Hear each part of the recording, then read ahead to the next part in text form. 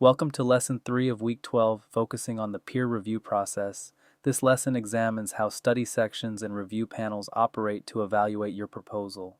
Understanding peer review is essential for two reasons. It helps you write more effectively for the evaluation process, and it helps you interpret feedback more accurately when you receive it.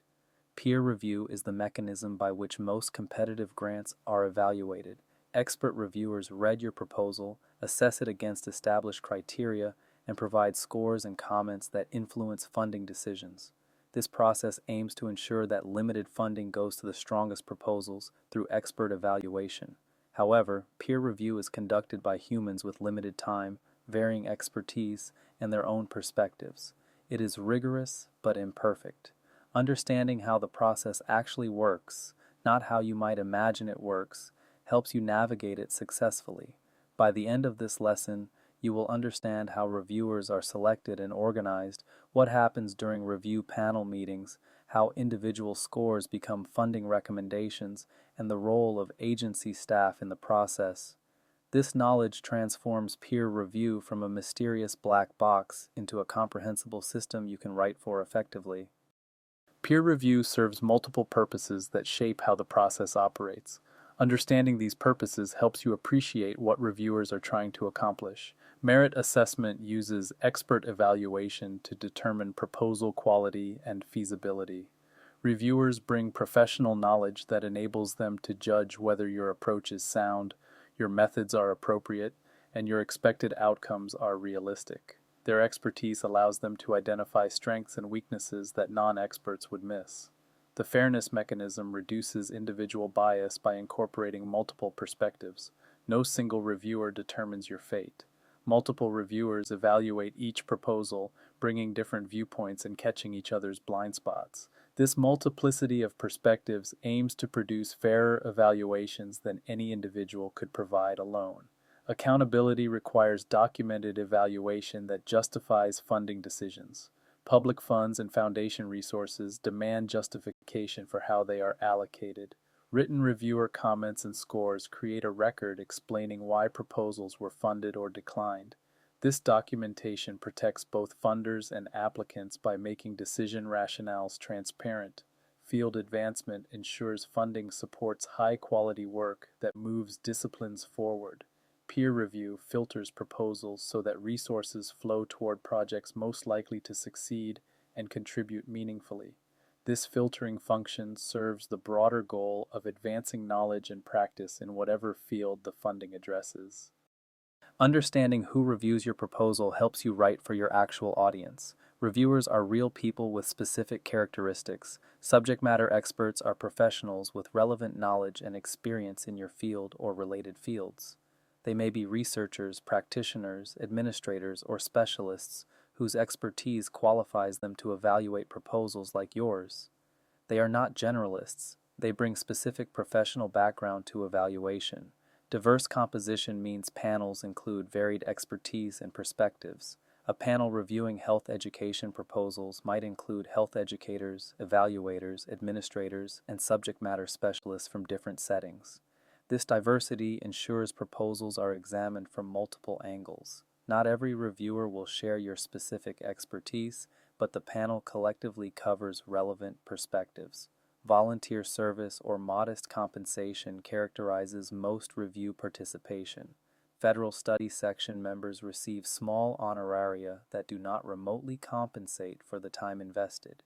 Foundation reviewers often serve without payment. People review because they believe in the importance of quality peer evaluation, not because it pays well. This matters for understanding reviewer motivation and constraints. Rotating membership means panel composition changes over time. Reviewers serve for limited terms, and new members regularly join panels. The specific individuals evaluating your proposal this cycle may differ from those in previous or future cycles. Writing for reviewers generally, rather than for specific individuals, is more effective than trying to anticipate particular panel members. How reviewers are selected and assigned to proposals affects your evaluation. Understanding this process helps you write appropriately for your likely reviewers. Recruitment involves agencies actively seeking qualified reviewers through professional networks, recommendations, and nominations. Agencies look for people with relevant expertise who will provide thoughtful, fair evaluations. Serving as a reviewer is a professional contribution that many accomplished professionals undertake as service to their field. Conflict screening excludes reviewers from evaluating specific proposals where conflicts of interest exist. If a reviewer works at your organization, collaborates with your project director, or has other relationships that could bias their evaluation, they will not review your proposal. This screening protects the integrity of evaluation, but means you cannot count on knowing exactly who will review you. Assignment matching aims to pair proposals with reviewers who have relevant expertise. Agency staff examine proposal topics and match them with reviewers whose backgrounds equip them to evaluate the work. The goal is having your proposal read by people who understand your field well enough to assess it fairly. However, matches are not perfect. Some reviewers may have adjacent rather than exact expertise. Load balancing ensures each reviewer receives a manageable number of proposals.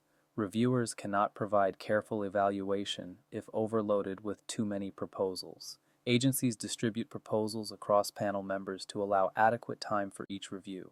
This distribution means not every panel member reads every proposal. The Scientific Review Officer, or SRO, is a key figure in the peer review process. Similar roles exist at other agencies under different titles. Understanding the SRO's function helps you know who does what in review. Role definition establishes the SRO as an agency staff member managing the review process. The SRO is not a reviewer, but rather the administrator who organizes and oversees review. They ensure the process runs properly, follows established procedures, and produces fair evaluations. The SRO serves the integrity of the review process. Panel organization is a primary SRO responsibility, including recruiting reviewers with appropriate expertise and assigning proposals to reviewers based on topic match. The SRO builds the panel, determining its composition, and ensuring coverage of needed expertise areas. They also manage logistics of panel operations. Meeting facilitation means the SRO conducts review panel meetings where proposals are discussed. They ensure discussions follow appropriate procedures, all viewpoints are heard, and scoring is conducted properly. The SRO keeps discussions on track and resolves procedural questions that arise during panel deliberations. Summary compilation produces the official summary statements that communicate review results to applicants. The SRO synthesizes reviewer comments and scores into formal documentation. These summary statements are what you receive after review, making the SRO's compilation work directly relevant to the feedback you get. Significant work happens before the panel meeting where proposals are discussed.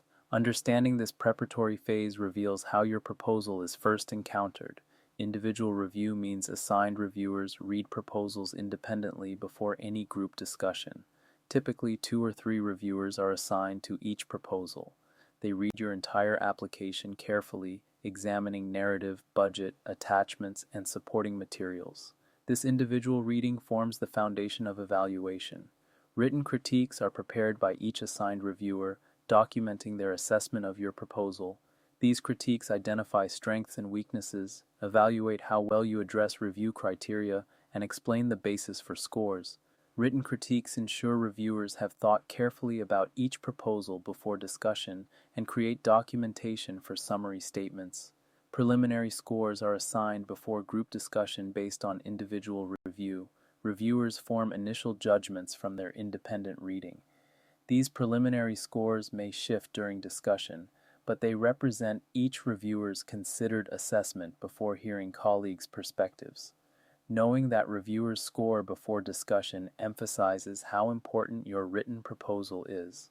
Preparation time spans weeks between when proposals are distributed and when the panel meets. Reviewers fit proposal reading into their regular professional responsibilities. They may read proposals at night, on weekends, or during travel. This extended preparation period means your proposal competes for attention against reviewers' other obligations. The panel meeting is where individual reviews become collective evaluation. Understanding what happens in these meetings helps you anticipate how your proposal will be discussed. Convening brings reviewers together in person or virtually to discuss proposals as a group. In-person meetings allow richer interaction. Virtual meetings are increasingly common for efficiency. Either way, the meeting creates space for reviewers to share perspectives, debate assessments, and reach collective judgments. Discussion order determines the sequence in which proposals are considered. Many panels discuss proposals in order of preliminary scores, starting with the highest scored proposals. Some panels use different ordering systems. The order can affect discussion quality, as later proposals may receive less attention if meetings run long or reviewers become fatigued. Time limits constrain how long each proposal is discussed. With many proposals to cover, panels cannot spend unlimited time on any single application. Time limits ensure coverage of all proposals, but may truncate discussion of complex or controversial cases. Proposals that generate disagreement among reviewers may use more of their allotted time for debate. Score finalization occurs after discussion, when reviewers submit their final scores. Discussion may cause reviewers to revise their preliminary scores based on points raised by colleagues. The final scores submitted after discussion are what count for funding consideration. Discussion-driven score changes can significantly affect outcomes. Understanding discussion dynamics reveals how individual opinions become collective evaluation. These dynamics significantly influence outcomes. The advocate role falls to assigned reviewers who present and defend their evaluations to the full panel. They summarize the proposal, highlight key strengths and weaknesses, and explain their scores. This advocacy determines how the broader panel perceives proposals they have not read carefully. Strong advocates can build support for proposals. Weak advocacy can undermine strong proposals. Challenge and response occurs when other panel members raise questions or different perspectives. A reviewer might challenge an advocate's criticism as unfair or raise concerns the advocate overlooked. This back and forth tests evaluations against multiple viewpoints. Your proposal's fate may depend on how well its advocates defend it against challenges. Consensus building moves panels toward shared understanding of proposal quality. Through discussion, reviewers with different initial perspectives often converge toward common assessments. Outlier views get examined and either incorporated or set aside. The goal is collective judgment that reflects the panel's considered evaluation, not just aggregated individual opinions. Score convergence typically narrows differences among reviewers after discussion. Reviewers who heard compelling points from colleagues may adjust their scores accordingly.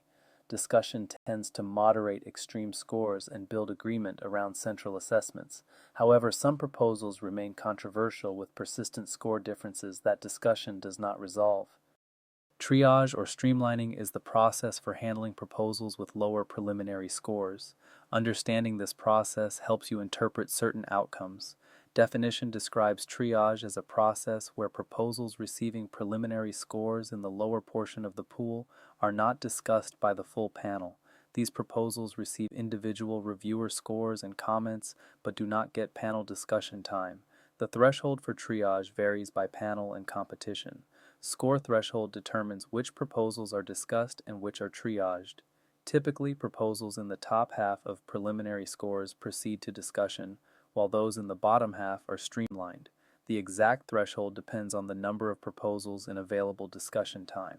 Scores alone, not panel discussion, determine triaged proposals' final evaluations. Efficiency purpose explains why triage exists. With limited meeting time and many proposals, panels cannot discuss every application thoroughly. Triage allocates discussion time to proposals that have realistic funding chances. Spending time discussing proposals that will not be competitive regardless of discussion is inefficient. Not discussed status indicates your proposal was not competitive in this cycle. Receiving this status means your preliminary scores fell below the discussion threshold. It does not mean reviewers did not read your proposal carefully. It means their scores placed you in the non-discussed portion. This status is disappointing but provides clear feedback that significant improvement is needed. Understanding how scores translate into funding decisions reveals what happens after your panel review. This process varies by agency but follows general patterns. Score aggregation combines individual reviewer scores into overall scores for each proposal. Different agencies use different aggregation methods. Some average scores, others use more complex calculations. The aggregated score represents the panel's collective assessment and determines your ranking in the competition. Ranking orders proposals by score within the competition. Your absolute score matters less than your relative position among all reviewed proposals. A score that would be excellent in one competition might be merely good in another more competitive cycle.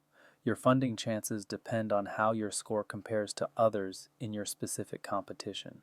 Payline refers to the score threshold above which proposals are typically funded.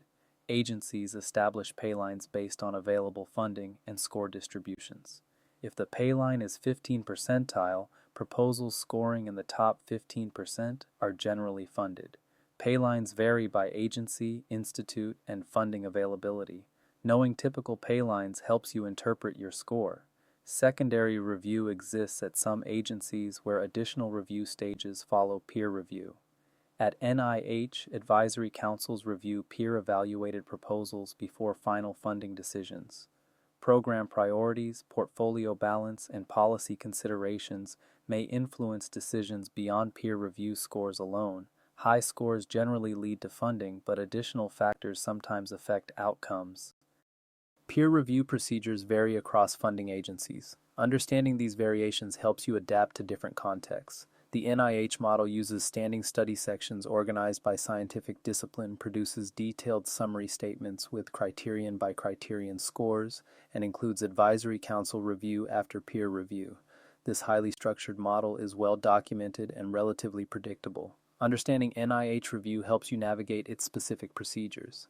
The NSF model uses ad hoc panels assembled for specific competitions rather than standing committees. Program officers have more discretion in funding decisions beyond panel recommendations.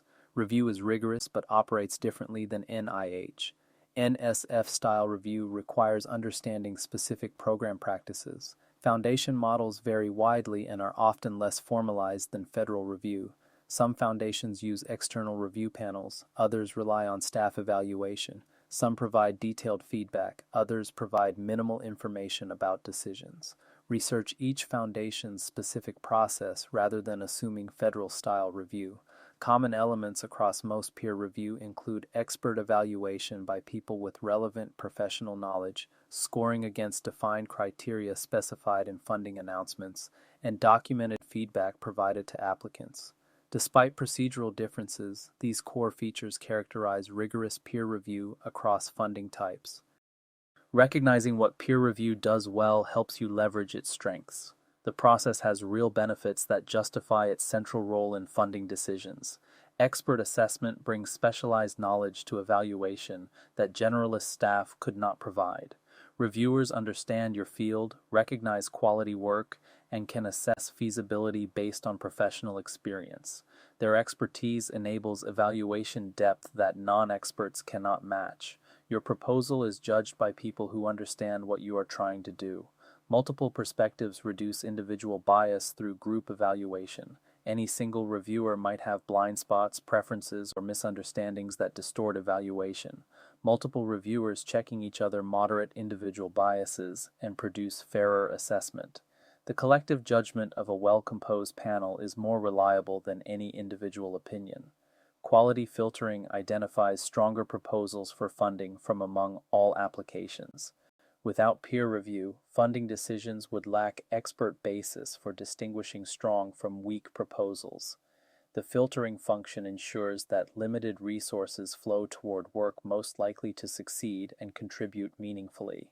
Constructive feedback provides guidance for improvement even when proposals are not funded. The detailed comments reviewers write identify specific strengths to preserve and weaknesses to address. This feedback helps you strengthen future submissions. Treat reviewer feedback as valuable expert consultation on your work. Recognizing peer review limitations helps you write for the process realistically and interpret results appropriately. The process is valuable but imperfect. Time constraints mean reviewers cannot study proposals exhaustively. They read many proposals under deadline pressure and cannot spend unlimited time on any single application. Some nuances may be missed. Some careful arguments may not receive the attention they deserve. Write clearly and accessibly because reviewers are working efficiently, not slowly savoring your prose.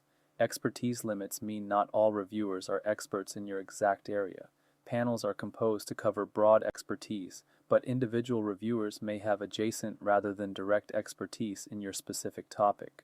Write for educated professionals who may not share your specialized knowledge. Do not assume reviewers know everything you know about your particular niche. Subjective elements exist because professional judgment involves interpretation. Different experts can reasonably assess the same proposal differently. What one reviewer sees as innovative, another might see as risky.